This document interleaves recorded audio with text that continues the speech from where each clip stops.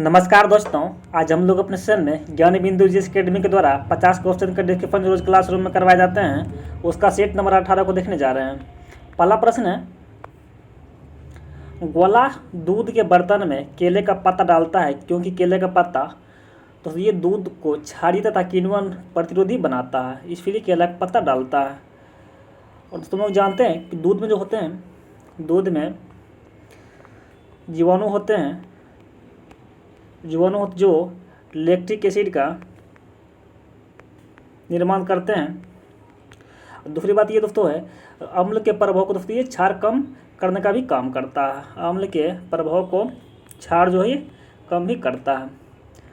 अगला प्रश्न है, एल्युमिनियम के निष्कर्षण के व्यावसायिक विद्युत रासायनिक प्रक्रम में प्रयुक्त होने वाले विद्युत अपघटन निम्न से कौन से होते हैं? तो ये Al2O3 तथा AN3AlF6 का गणित मिश्रण दोस्तों ये होता है। तो इसका आंसर तो क्या हो जाएगा, ये बी हो जाएगा। यहाँ Na3 हो जाएगा। तो वही बात करती है, जो होते हैं एल्युमिनियम ये बॉक्साइट से प्राप्त होते हैं, ये बॉक्साइट से प्राप्त होते हैं। और उसको बात करें तो ये एस्को की दोस्तों, ये जो एस्को होते हैं, ये एस्को मिले और शुद्धि को ये गैंग बोलते हैं। एस्क जो होते हैं, इसमें जो अशुद्धि मिले होते हैं, अशुद्धि, इसको दोस्तों ये गैंग इसको बोला जाता है। अगला प्रश्न है, 20 मीटर की ऊंचाई से गिराया गया गेंद किस वेग से धरातल से टकराएगी यदि जी बराबर 10 मीटर प्रति सेकेंड स्क्वायर है? और दोस्तों कोई वस्तु दोस्तों ये जहाँ u0 हो जाएगा, और दोस्तों ये एच जो है कितना दिया गया, ये 20 मीटर दिया गया है हाइट इसका, और वही दोस्तों जी जहाँ है, जी जो है ये 10 मीटर ये भी दिया गया है, और तो ये भी मांग रहा है, और दोस्तों ये किस वेग भी ये टकराएगा, तो ये अंतिम वेग पूछ रहा है। दोस्तों लोग जानते हैं कि भी बराबर क्या होता है, u² + 2as।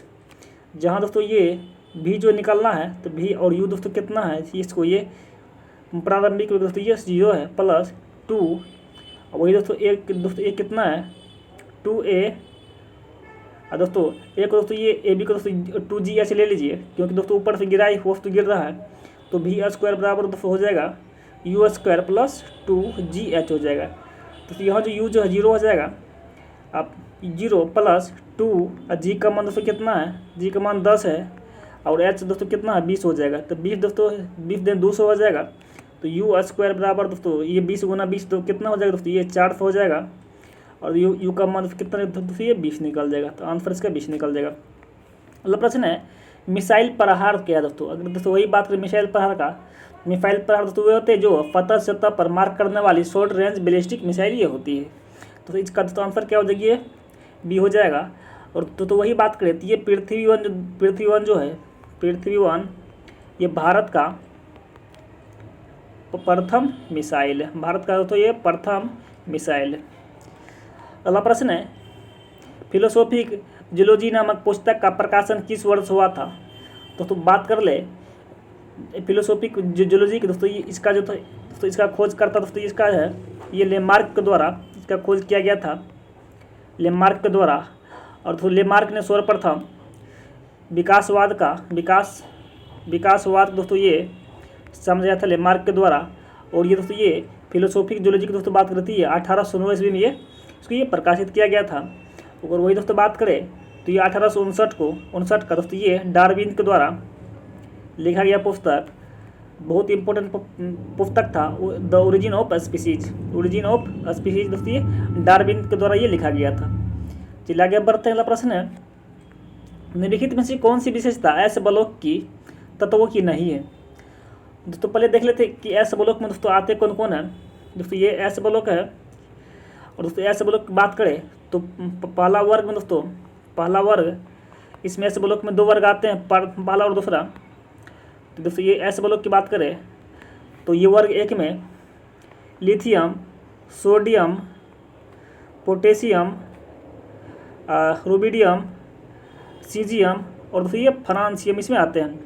वही दोस्तों वर्ग 2 की बात करें तो इसमें बेरियम, मैग्नीशियम, कैल्शियम, बेरियम और सीजियम इसमें आते हैं। तो इस प्रकार तो आप दोस्तों आते क्वेश्चन पाते हैं, बोल रहे हैं कि ये निम्न द्रव्यमानक एवं क्वथनांक वाले मुलायम धातु है दोस्तों, ये मुलायम धातु है ये, क्योंकि दोस्तों इसे चाकू से आराम से इसे काटा जा सकता है। और एग्जाम में कई बार पूछा है कि इनमें से किसको चाकू से आराम से काटा जा सकता है दोस्तों। ये एग्जाम में कई बार दी रहती है, ऑप्शन डी पर ये सोडियम लिखा रहता है। तो इस प्रकार इसका आंसर तो दोस्तों हम लोग सोडियम मार्क निकल जाते हैं।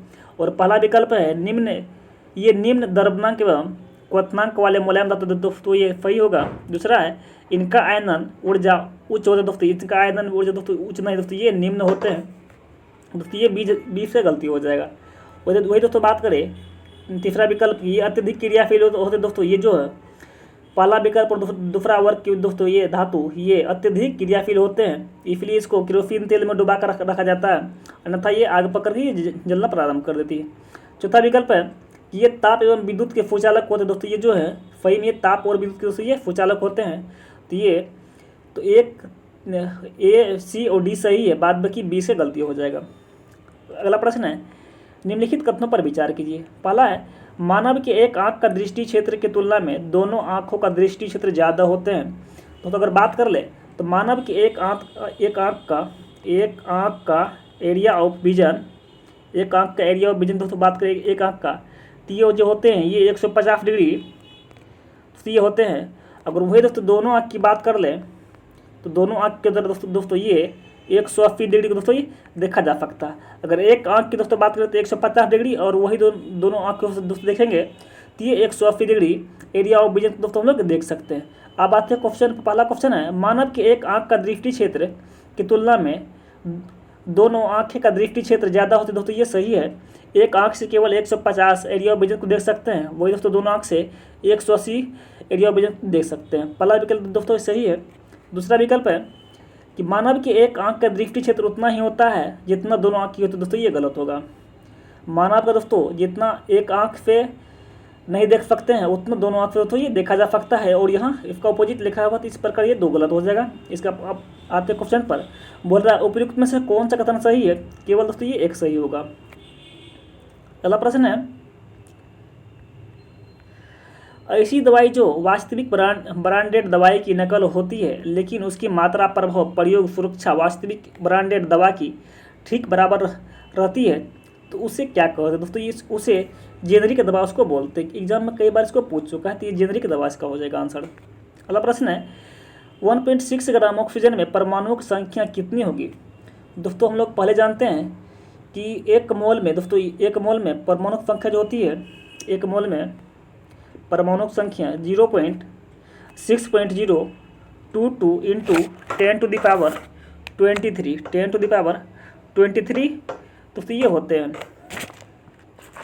अगर उसको बात करें अब आते क्वेश्चन पर, बोल रहा है कि इसमें आणविक परमाणु की संख्या निकालने के लिए, तो ये परमाणु की संख्या निकालने के लिए हम लोग पहले मोलों की संख्या से निकालना पड़ेगा। तो मोल बराबर क्या होते हैं, तो मोल बराबर होते हैं ग्राम में द्रव्यमान, ग्राम में क्वेश्चन से दिया हुआ है ग्राम में द्रव्यमान बटे आणविक द्रव्यमान दोस्तों ये होते हैं। देखिए ग्राम में द्रव्यमान दोस्तों कितना दिया गया है, तो ये क्वेश्चन पे 1.6 ग्राम दिया गया है। और दोस्तों वही ऑक्सीजन का दोस्तों आणविक द्रव्यमान कितना होते हैं, दोस्तों ये 8 दूनी 16 होते हैं। दोस्तों ये 1/10 इसका आ जाएगा, तो ये मोल दोस्तों 1/10 आ गया है। अब दोस्तों हम लोग जानते हैं कि एक मोल में परमाणु की संख्या दोस्तों कितना होते हैं 6.022 इंटू 10 टू द पावर 23 होते हैं। तो इस प्रकार दोस्तों 1/10 में कितना होगा, दोस्तों ये 1/10 से इसको मल्टीप्लाई करना पड़ेगा। दोस्तों यहाँ जो है ये 23 दोस्तों ये एक 10 यहाँ पे दोस्तों ये हट जाएगा, तो इस प्रकार इसका आंसर आ जाएगा 6.022 इंटू 10 टू द पावर 22 इसका आंसर आ जाएगा। तो आंसर इसका निकल गया। अगला प्रश्न है एक ध्वनि स्रोत की आवृत्ति 10 किलो हर्ट्ज है, तो इसके द्वारा पानी में और हवा में उत्पन्न ध्वनि तरंगों की आवृत्ति दोस्तों क्या होगी। दोस्तों इसके द्वारा होते हैं तो वही होगा जो दोस्तों ये ध्वनि तरंग की स्रोत ये होती है। और दोस्तों ये 10 किलो हर्ट्ज के बराबर दोस्तों ये बराबर होते हैं, तो ये 10 × 10 इंटू 10 किलो इसको हर्ट्ज बोल सकते हैं। इसका वही होगा जो ध्वनि स्रोत की ये होती है। अगला प्रश्न है निम्नलिखित में से किस फसल में 2,4-D खरपतवारनाशी का उपयोग नहीं किया जाता है। दोस्तों ये जो होते हैं ये दोस्तों ये मटर में नहीं होते हैं, बाद बाकी जितने मोटे अनाज होते हैं जैसे गेहूँ मक्का जो दोस्तों ये सब में दोस्तों ये इसका प्रयोग किया जाता है। बाद बाकी ये जितने दलहन पौधे होते दोस्तों इसमें ये 2,4-D खरपतवारनाशी दोस्तों ये प्रयोग नहीं किया जाता है। तो बात कर ले वही गेहूँ जौ मक्का के दोस्तों ये एक कोष के दोस्तों होते हैं। और वही दोस्तों बात करें एक दोस्तों ये एक बीज पत्री होते हैं। और वही दोस्तों बात करें मटर का दोस्तों ये 2 बीज पत्री होते हैं। तो इस प्रकार इसका आंसर ये डी हो जाएगा, मटर हो जाएगा। अगला प्रश्न है कास्टिक सोडा परवल क्षार है जबकि अमोनिया हाइड्रोक्साइड तो ये निर्बल क्षार है, क्यों? तो तुम लोग जानते हैं कि अमोनियम ऑक्साइड दोस्तों ये कम मात्रा में OH आयन दोस्तों ये उत्पन्न करता है दोस्तों, इसलिए ऐसा होता है। तो इस पर दोस्तों इसका आंसर सी पर दोस्तों इसका आंसर देखने को मिल जाएगा। तो इसका सी मार लीजिए। अगला प्रश्न है मनुष्य की किडनी का संबंध किस तंत्र से? तो मनुष्य का किडनी का संबंध दोस्तों ये जो है दोस्तों ये उत्सर्जन अंग दोस्तों इसका संबंध है। दोस्तों वही बात करते रक्त में यूरिया की दोस्तों बात करें तो इसमें 18 से 38 मिलीग्राम पर सेंटी पर दोस्तों ये पर 100 ब्लड दोस्तों होते हैं। तो इसका आंसर क्या हो जाएगा? ये सी हो जाएगा। और दोस्तों ये किडनी के जो दोस्तों होते हैं इसका दूसरा काम होता है मूत्र का निर्माण करना। मूत्र का निर्माण करने से ये किडनी का ही काम होता है। अगला प्रश्न है निम्न में से कौन सा घर्षण बल का मान सबसे कम होता है? तो बात करें जो होते हैं ये लोटनिक घर्षण बल के दोस्तों ये सबसे कम मान होते हैं। अगर तो वही बात करें सबसे अधिक किसका तो होता दोस्तों ये सीमांत घर्षण बल का होता है। अगर तो ये सीमांत घर्षण बल ऑप्शन नहीं हो दोस्तों ये अवशेषित घर्षण को तब मार सकते हैं। तो इसका तो ऑप्शन डी हो जाएगा। अगला प्रश्न है फतह सतह पर मार करने वाली भारतीय रक्षा मिसाइल कौन सी है? तो ये जो दोस्तों ये पृथ्वी इसका आंसर हो जाएगा। तो ये फतह ये मार करने वाली है। अगर वही दोस्तों बात कर ले नाग का दोस्तों ये नाग जो है ये टैंक रोधी मिसाइल है। तो बात करें त्रिशूल का तो ये त्रिशूल है ये फतह से हवा में मार करने वाली मिसाइल है।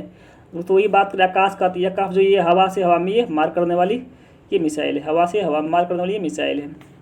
चलिए आगे बढ़ता प्रश्न है मानव रक्त की प्रकृति कैसी होती है? दोस्तों मानव रक्त की दोस्तों बात करें प्रकृति की दोस्तों ये जो होती है इससे ये कोलाइड होते हैं। और तो इसका मान जो होते हैं ये 10⁻⁻5 से लेकर 10⁻⁸ ऐसे कुछ 8 के आसपास तो ये होते हैं। इसको मिला लीजिएगा। चलिए आगे बढ़ते अगला प्रश्न है ऊष्मा हस्तांतरण किस विधि को न्यूनतम कर थर्मस फ्लास्क गर्म वस्तु को बहुत देर तक गर्म तथा ठंडी को बहुत देर तक ठंडी रखती है? दोस्तों ये जो होते हैं दोस्तों ये चालन परिवहन और विकिरण के द्वारा इसको बहुत देर तक इसको रखा जा सकता है। तो इसका दोस्तों आंसर क्या हो जाएगा? डी हो जाएगा। अगला प्रश्न है निम्नलिखित में से किस ताप परिसर के बीच पौधे में प्रकाश संश्लेषण क्रिया अधिक तेजी से होती है? दोस्तों इसके लिए समान ताप की दोस्तों आवश्यकता जो होती है 30 से 35 डिग्री सेल्सियस दोस्तों इसमें होना चाहिए। अगला प्रश्न है निम्न कथनों पर विचार कीजिए। पहला एक्स धातु विस्थापित करता है एम धातु को उसके लवण से। दूसरा है वाई धातु विस्थापित करता है एन धातु को उसके लवण से। और तीसरा दोस्तों है कि एम धातु विस्थापित करता है वाई धातु को उसके लवण से। तो इस प्रकार देखिएगा तो ये सबसे ज़्यादा दोस्तों ये एक्स हो जाएंगे जो जो जो जो दोस्तों ये एम को विस्थापित करेगा। और दूसरा दोस्तों हो जाएगा ये एम हो जाएगा दोस्तों और जो वाई को करेगा। और दोस्तों तीसरा हो जाएगा ये वाई दोस्तों ये जो एन को विस्थापित करेगा, जो आपको आंसर बी पर मिल जाएगा। अगला प्रश्न है कोई प्रतिध्वनि 3 सेकंड बाद सुनाई देती है। यदि ध्वनि की चाल 340 मीटर पर सेकेंड है तो ध्वनि स्रोत से परावर्तक फतक की दोस्तों ये बीच की दूरी क्या होगी? दोस्तों ये 500 ये दोस्तों ये 10 हो जाएगी। इसका दोस्तों आंसर निकल जाएगा। दोस्तों अगर एक में दोस्तों कितना निकल रही है तो ये 340 दोस्तों जा रही है प्रति सेकेंड। इस प्रकार से दोस्तों ये 3 में कितना निकल जाएगा तो 0 4 12 3 3 दोस्तों ये 10। और तो ये आवर्ती बाय हटा जो होते हैं तो इसका कर दीजिएगा, आप कर दीजिएगा तो ये कितना आ जाएगा? 510 आ जाएगा इसका। अगला प्रश्न है प्रत्येक हृदय धड़कन में हृदय द्वारा रुधिर को बाहर की ओर पंप किए जाने की मात्रा कितना होती है? दोस्तों ये जो होती है 70 ml होती है। तो आंसर कैसी हो जाएगा? अगला प्रश्न है सर्वप्रथम किसने जिनोन की यौगिक का निर्माण कर इस मिथक को समाप्त कर दिया कि अकीर्य गैस अस्थायी है और अभिक्रिया नहीं करने के कारण यौगिक नहीं बना सकता है? तो यही बात करें दोस्तों ये जो होते हैं दोस्तों ये नील्स बार्कलेट के द्वारा दोस्तों ये कहा गया था। और दोस्तों इसने बताया कि दोस्तों ये जिनोन जो दोस्तों होते हैं ये फ्लोरीन तो दोस्तों ये अभिक्रिया ये कर सकते हैं फ्लोरीन से। ये XeCF हो जाएगा इसका आंसर। आगे बढ़ अगला प्रश्न है निम्नलिखित में से किसका प्रयोग ऊंचाई मापने में किया जाता है? तो ऊंचाई मापने की दोस्तों बात करती है अल्टीमीटर का दोस्तों ये ऊंचाई में का प्रयोग किया जाता है। वही दोस्तों बात करें ओडोमीटर का तो ये ओडोमीटर तो ये दूरी मापने में दूरी दूरी को किलोमीटर दोस्तों ये मापने में इसका प्रयोग किया जाता है। दोस्तों वही बैरोमीटर की दोस्तों बात करती है वायु दाब मापने में इसका प्रयोग किया जाता है। वही दोस्तों हाइड्रोमीटर की दोस्तों बात करती है घनत्व मापने में इसका प्रयोग किया जाता है। अगला प्रश्न है, पक्षी एवं चमगादड़ के पंख समजात अंग है। दूसरा है, विभिन्न प्राणियों की समजात अंग यह बताती है कि ये सभी जंतु का पूर्वज एक थे। दोस्तों पहले बात कर ले कि दोस्तों ये समजात अंग होते क्या है। दोस्तों ये समजात अंग वे होते हैं, समजात अंग वे होते हैं जिसके फनरचना दोस्तों ये समान होते हैं, लेकिन दोस्तों ये कार्य जो होते हैं इसके कार्य तो ये भिन्न कार्य होते हैं, उसी को दोस्तों ये समजात बोला जाता है। दोस्तों वही बात कर ले समरूप का तो समरूप दोस्तों वे होते हैं जिसको दोस्तों ये जिसके संरचना जो होती है संरचना दोस्तों इसकी भिन्न होती है, लेकिन कार्य जो दोस्तों होती है कार्य इसके ये समान इसके कार्य होते हैं, समान इसके कार्य इसके समान होते हैं। अब दोस्तों क्वेश्चन पर आइए। दोस्तों क्वेश्चन बता रही है कि पक्षी एवं चमगादड़ के पंख समजात अंग दोस्तों ये समरूप होगा, तो दोस्तों ये गलत हो जाएगा। दूसरा है, विभिन्न प्राणियों की समजात अंग यह बताती है कि ये सभी जंतु का पूर्वज दोस्तों एक थे। दोस्तों इस प्रकार दोस्तों ये दूसरा ये सही है, बाद बाकी ये पहला गलत हो जाएगा। चलिए आगे बढ़ते। अगला प्रश्न है,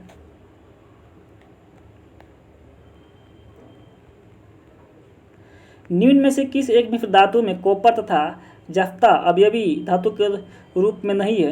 अगर दोस्तों बात करें तो ये क्या कौन कौन दोस्तों ये पदार्थ से क्या क्या मिले होते हैं, तो ये देखिएगा पहले। तो डेल्टा मेटल दोस्तों ये जो होते हैं ये कॉपर जिंक प्लस लोहा दोस्तों ये बने होते हैं। और दोस्तों जर्मन की बात करें दोस्तों ये जो होते हैं कॉपर दोस्तों प्लस जिंक दोस्तों प्लस निकल के ये बने होते हैं। और दोस्तों रोज मेटल की बात करें ये जो होते हैं रोज मेटल ये बिस्मथ प्लस टीन प्लस शीशा के ये बने होते हैं। और दोस्तों बात करें मोनल मेटल के दोस्तों ये जो होते हैं मोनल मेटल कॉपर प्लस निकल के ये बने होते हैं। अब दोस्तों देखिएगा तो इसका दोस्तों आंसर फी पर दोस्तों ये रोज मेटल दोस्तों इससे बने होते हैं, अब ये भी धातु के तो इसमें बने नहीं होते हैं।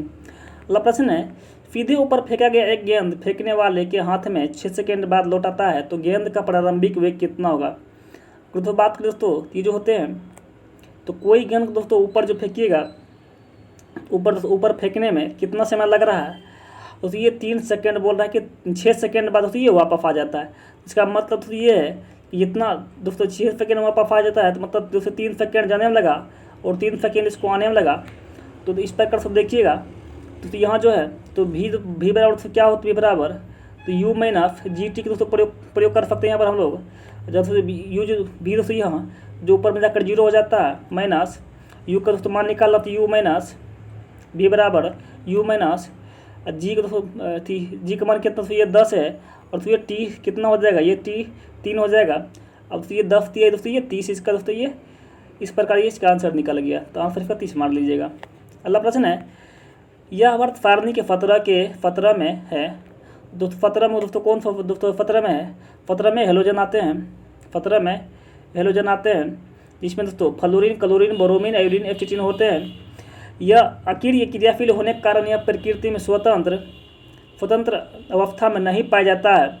दोस्तों ये जो होते हैं दोस्तों ये स्वतंत्र अवस्था में दोस्तों ये पाए जाते हैं नहीं पाया जाता। दोस्तों दूसरा दोस्तों डिकॉन विधि द्वारा तैयार होने वाले महत्वपूर्ण यौगिक के निर्माण में इसका प्रयोग किया जाता है। दोस्तों ये जो होते हैं तो ये इसका प्रयोग दोस्तों ये क्लोरीन में किया जाता है, तो इसका आंसर क्या हो जाएगा ये बी हो जाएगा। अगला प्रश्न है, निम्नलिखित में आवर्त सारणी किस वर्ग के धातु को चाकू से आसानी से काटा जा सकता है। दोस्तों ये जो होते हैं दोस्तों ये वर्ग एक को ये आसानी से काटा जा सकता है। अगला प्रश्न है, एक ठंडी रात में खुली सतह में रखी एक लोहे की कुर्सी लकड़ी की कुर्सी से ज़्यादा ठंडा प्रतीत होती है, इसका दोस्तों कारण क्या होगा। दोस्तों इसका कारण दोस्तों यही होगा ऊष्मा का चलाता दोस्तों ये अंतर कारण दोस्तों ये ऐसा होता है। तो हम लोग जानते हैं दोस्तों ये ऊष्मा का जब स्थानांतर होता है दोस्तों ये हाई पोटेंशियल पे लो पोटेंशियल और लो पोटेंशियल दोस्तों ये हाई पोटेंशियल दोस्तों ये और होती है, तो इस प्रकार दोस्तों ऊष्मा में चलकता होगी दोस्तों और अंतर होगा, तो इस प्रकार खुद ये ऐसा हो जाता है। तो अगला प्रश्न है, निम्न कौन एक फन्योजी उत्तक है। तो फन्योजी उत्तक दोस्तों बात करती है न्यूरॉन दोस्तों ये फन्योजी उत्तक दोस्तों ये नहीं है, बाद में लिंगामेंट टेंडन और तक दोस्तों ये फन्योजी उत्तक दोस्तों ये सब है। और तो वही बात करें दोस्तों ये न्यूरॉन दोस्तों ये तंत्रिका तंत्र के बने होते हैं, तंत्रिका तंत्र के द्वारा दोस्तों ये बने होते हैं। और दोस्तों बात करें कि फन्यूजी ऊतक दोस्तों कौन कौन होते हैं दोस्तों, पहले एक हो गया लिगामेंट, दूसरा रक्त, तीसरा दोस्तों टेंडन, और चौथा की बात करें तो ये वसा हो गया, वसा। पाँचवा की दोस्तों बात करें पाँचवा, तो पाँचवा दोस्तों ये हड्डी हो गया। और छठा की दोस्तों बात करें छठा की ये लसिका हो गया। और फातमा दोस्तों ये उपास्थि हो गया, उपास्थि। और फातमा दोस्तों ये एरिओलर दोस्तों ये ऊतक हो गया।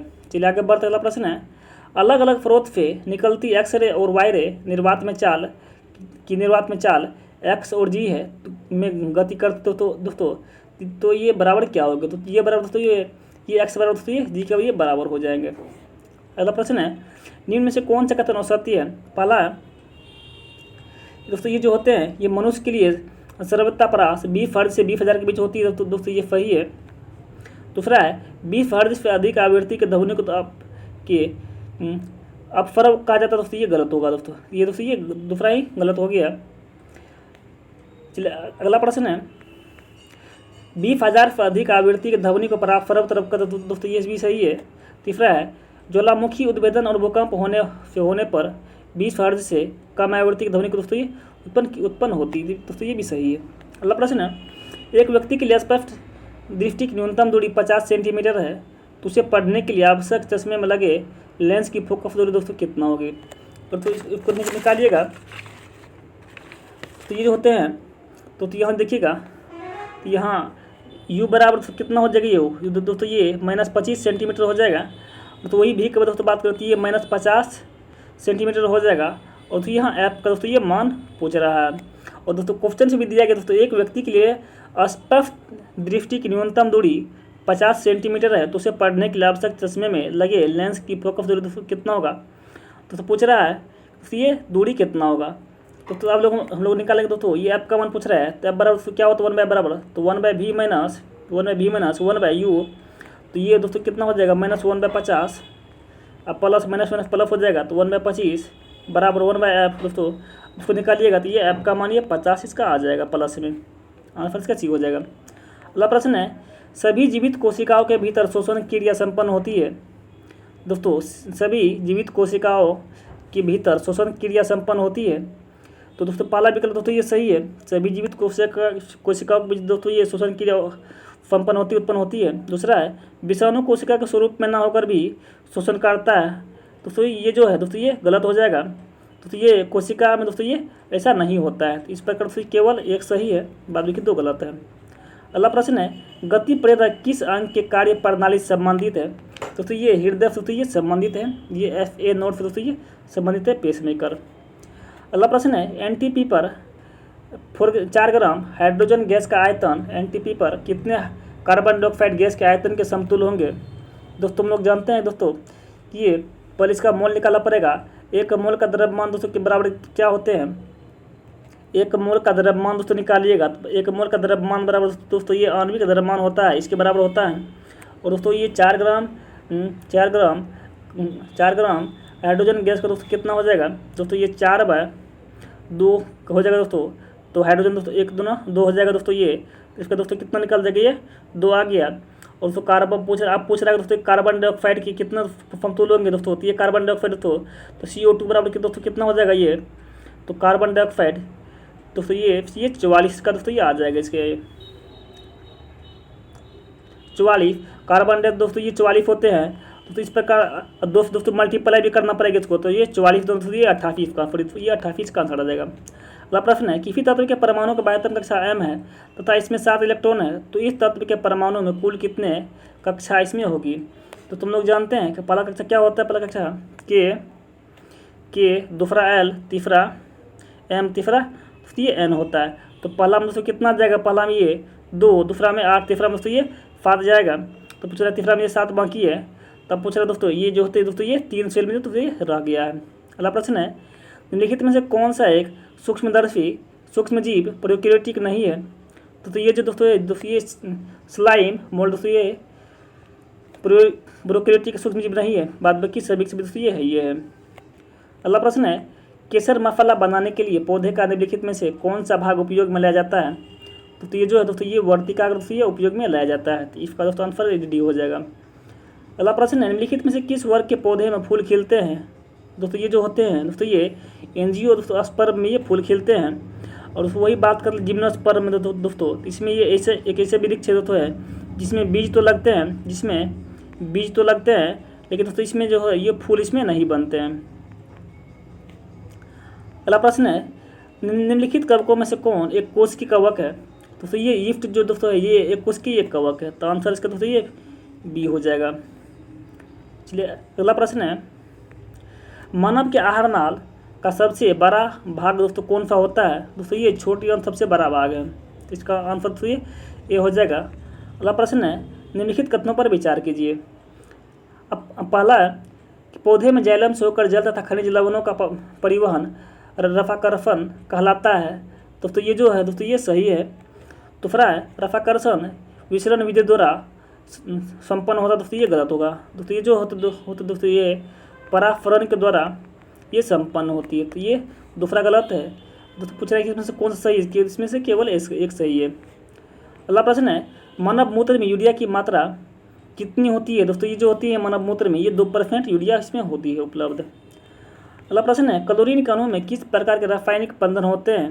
दोस्तों ये अध्रुवीय फनियोजी दोस्तों ये होते हैं, तो इसका दोस्तों आंसर क्या हो जाएगा, ये बी हो जाएगा। अगला प्रश्न है किसी वस्तु के जड़त्व की माप होती है। दोस्तों ये होती है दोस्तों ये वस्तु के द्रव्यमान से ये ज्ञात होती है, इसकी माप होती है। अगला प्रश्न है फनवेग संरक्षण का सिद्धांत न्यूटन ने किस गति का नियम का विस्तारित स्वरूप है। दोस्तों ये जो है दोस्तों ये द्वितीय गति के नियम का दोस्तों ये स्वरूप है। अगला प्रश्न है निम्नलिखित में से कौन सी गैस वैश्विक तापमान तथा ओजोन क्षरण दोनों के लिए जिम्मेदार है। दोस्तों ये जो है दोस्तों ये क्लोरोफ्लोरो ये कार्बन है जो दोनों के लिए जिम्मेदार है। अगला प्रश्न है रासायनिक समीकरण द्वारा निम्नलिखित में अभिक्रिया के बंधन में कौन सी जानकारी प्राप्त हो सकती है। दोस्तों ये जो होती है दोस्तों ये क्लोरोफ्लोरो दोस्तों ये अभिकारक तथा उत्पाद के मूल्यों को दोस्तों ये अनुपात इसमें प्राप्त होते हैं, तो आंसर तो इसका ये हो जाएगा। अगला प्रश्न है पैरेक्स कांच को अधिक समर्थ बनाने के लिए निम्न में से क्या उत्तरदायी होते हैं। दोस्तों ये बोरेक्स इसमें से उत्तरदायी होती हैं, जिसके फॉर्मूला दोस्तों होते हैं Na2B4O7 × 10H2O। दोस्तों ये इसका फॉर्मूला होते हैं। तो दोस्तों तब लोग फिर नेक्स्ट सेशन में मिलते हैं। Thank you very much, have a nice day.